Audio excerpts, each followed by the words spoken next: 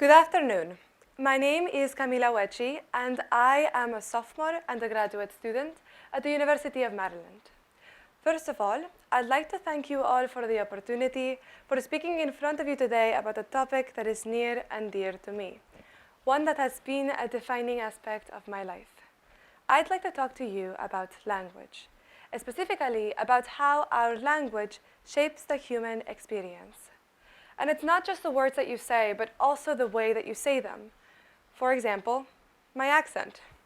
Yes, I did just change it, and I promise it wasn't to confuse you guys. But I wanted to share with you the accent that I started out with over 10 years ago when I first moved to the United States. I left behind that accent the moment that I assimilated into American society. And it was my experiences growing up with that accent that taught me a very honest truth about language. And that is that language is a gatekeeper. And what do I mean by that? Well, language has the power to bring people closer together, but it can also drive a wedge between them, and it creates social hierarchies within a community. So the first time that I really grappled with this lesson was when I was a very young girl. I was about 5 years old or so, and my parents put me in a Japanese-Argentine school in Buenos Aires. Please meet my class. I'm all the way in the back. And I wasn't just a cute girl with chubby cheeks, but I was also pretty smart because I realized early on that if I wanted to fit in with the other kids, then I would have to learn their language. And so as I learned Japanese, I slowly started realizing that all of these barriers between the other kids and me started to mean a little less every day. And all of these differences that seemed like such a big deal before meant little and just disappeared. And before I knew it, I found myself a happy member of the Japanese community.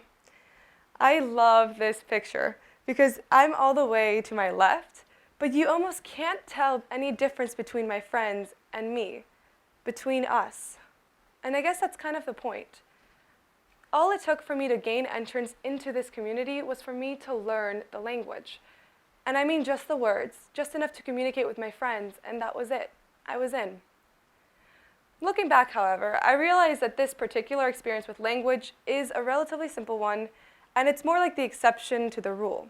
Because a few years later, I moved countries from Argentina to the US, where I was shocked to find that this time around, just learning English would no longer be enough to grant me acceptance into the American society. I was old enough to notice that language is nuanced beyond a simple swap in vocabulary or syntax. I mean, I could say all of the correct words in English in the correct order, but now the way that I pronounce them and the slang that I use and the phrases that I picked really matter too.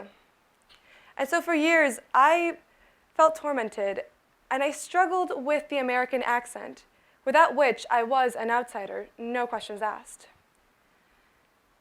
And so for years, I felt like I would never really fit in because I might have spoken with an accent, but I didn't think with one. And that was highly frustrating to me. And no matter what I did, I was being metaphorically kept outside the gates of the American community by a couple of inflections in my tone and the way that I pronounced certain words like salmon or herb and exfoliating. My friends always make fun of me for that last one. But fortunately, over time, I began to pick up the American accent in my everyday speech. And I was young enough where this transition was relatively natural, but I was also old enough to notice the subtle changes in the way that the people around me saw me. It was as if suddenly I was one of them instead of a foreigner. And all of a sudden, I found myself inside of the American gates. And that was the moment that I first realized the power behind language and the way that you use it. Because learning to speak English in an American accent was what finally granted me entrance into the American society.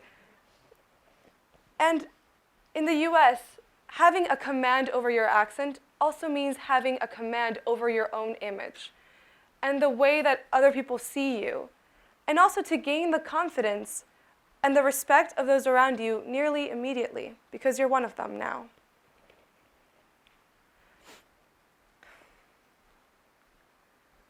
I can't say I remember much about what it was like afterwards, except that I was very happy to have found myself a part of a community again. And, well, language has so critically shaped my experience in this country that I cannot help but think on those who haven't quite been able to adjust to the American accent or even the English language. I mean, how many people are there who have been made to feel this way? There are over 300 million people living in the United States. And according to the Migration Policy Institute since 2011, over 25 million of them are considered limited English proficient, which means that English is not their primary language and that they have limited capacity to read, write, speak, and understand the English language. 25 million people in the US comes out to be 9% of the total population over the age of 5. 9%. 9% of this nation is limited English proficient. That means that, statistically speaking, at least 10 of you in this room right now probably know exactly what I'm talking about, or have felt this way, or have even perhaps shared in a similar experience.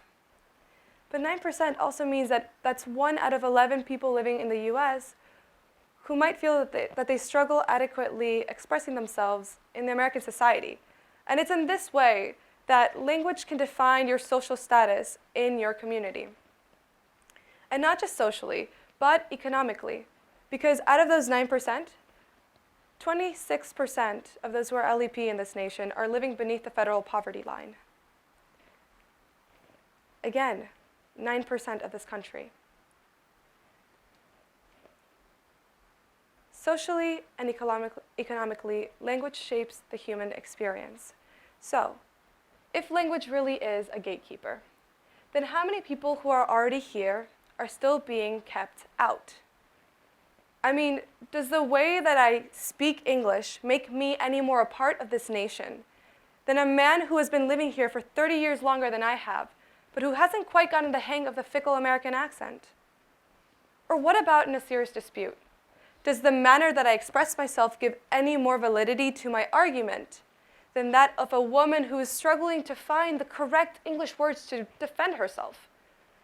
And it makes me wonder, had I continued giving this talk the same way that I began it, would you have still taken away the same message as you have right now?